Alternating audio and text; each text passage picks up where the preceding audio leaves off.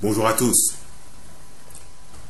Pour cette 16e audio, je vais donner un thème très bateau, mais je donnerai ma vision. La guerre.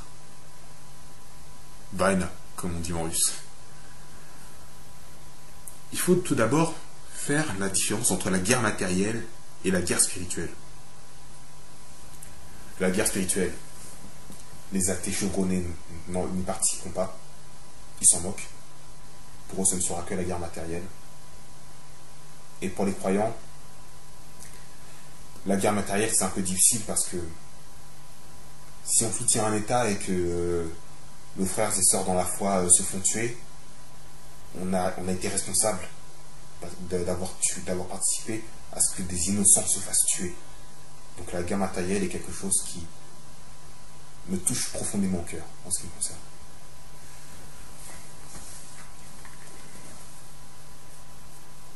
Il est important de comprendre quand même que lorsque nous parlons de guerre, nous toutes et nous tous, nous relatons des principes qui nous ont été inculqués par le système. L'entrisme,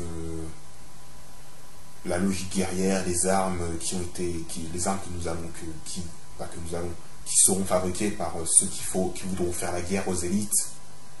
Tout ça, c'est le système qui nous l'a donné. Et justement parce que c'est le système qui nous l'a donné, je me méfie. Et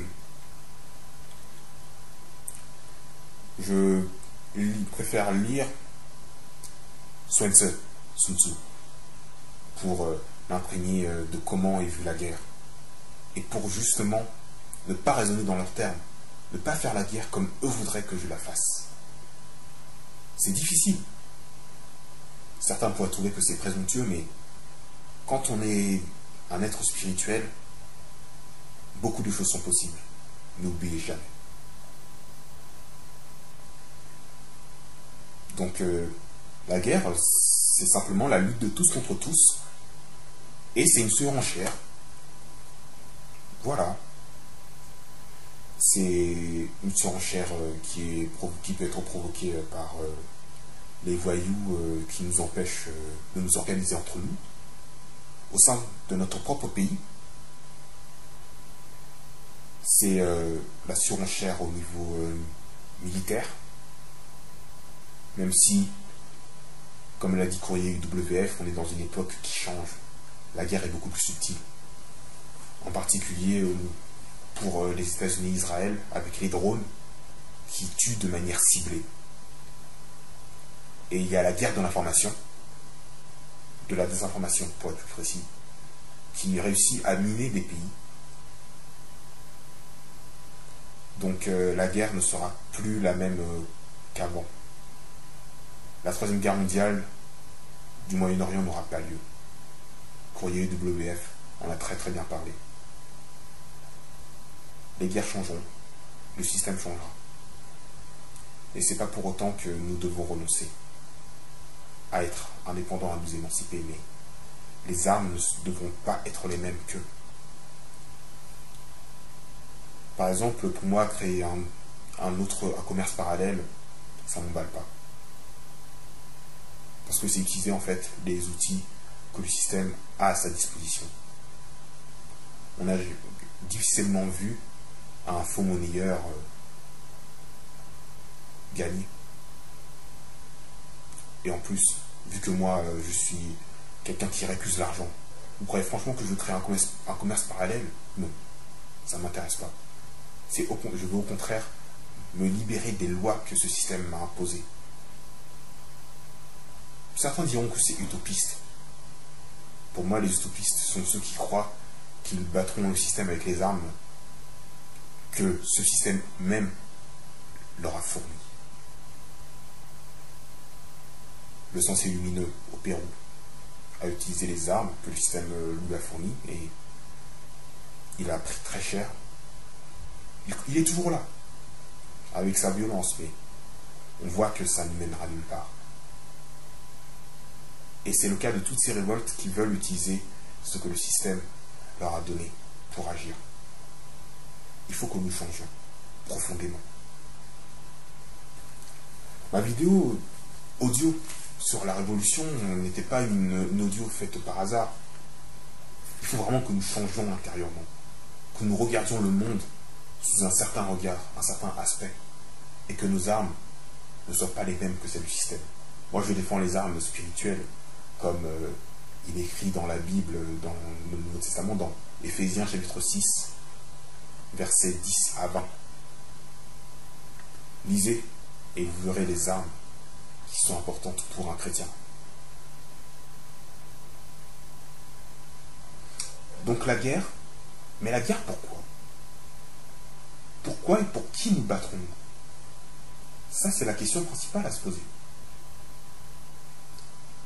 Comment veut-on que l'avenir soit pour nos enfants? Comment veut-on être en tant qu'être humain après que la guerre soit finie? Parce que si on garde le même état d'esprit que celui que le système nous a inculqué, c'est pas une guerre qui aura servi à grand chose. Il faut, comment dire, pratiquer la tactique de la terre brûlée, même si ce terme ne me plaît pas trop. Donc, quand on fait la guerre, est-ce qu'on veut l'émancipation ou aménager notre quotidien? Moi, j'ai fait mon choix, mais d'autres peuvent très bien choisir l'autre. Moi, ça ne me pose aucun problème.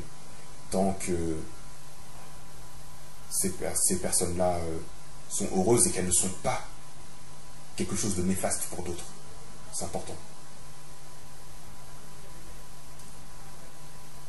Et pour moi, faire la guerre, c'est saper les fondements de la dissidence, en partie. Parce que il est temps que l'indépendance d'esprit surgisse, et pas des discours prémâchés par Soraël.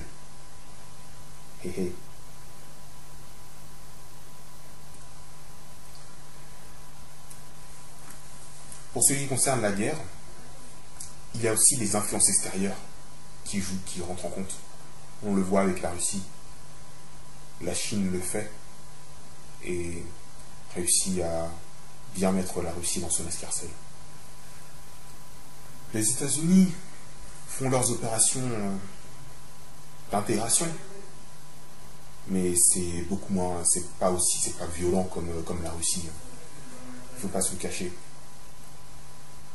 Donc l'influence extérieure est importante, et c'est pour ça que je parlais qu'il y ait des agents, entre guillemets, des missionnaires qui soient disséminés dans le monde pour que cette guerre des influences extérieures diminue, parce que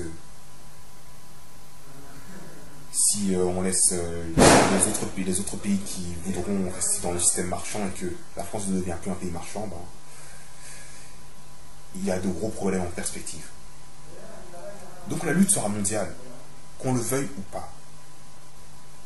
Ça prendra en compte l'Afrique, l'Océanie, l'Asie, l'Amérique, l'Europe.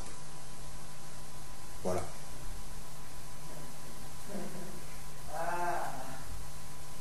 C'est ce que je voulais dire par rapport à la guerre. Donc j'espère avoir été clair pour vous. Et je vous souhaite une bonne journée. Au revoir et à la prochaine.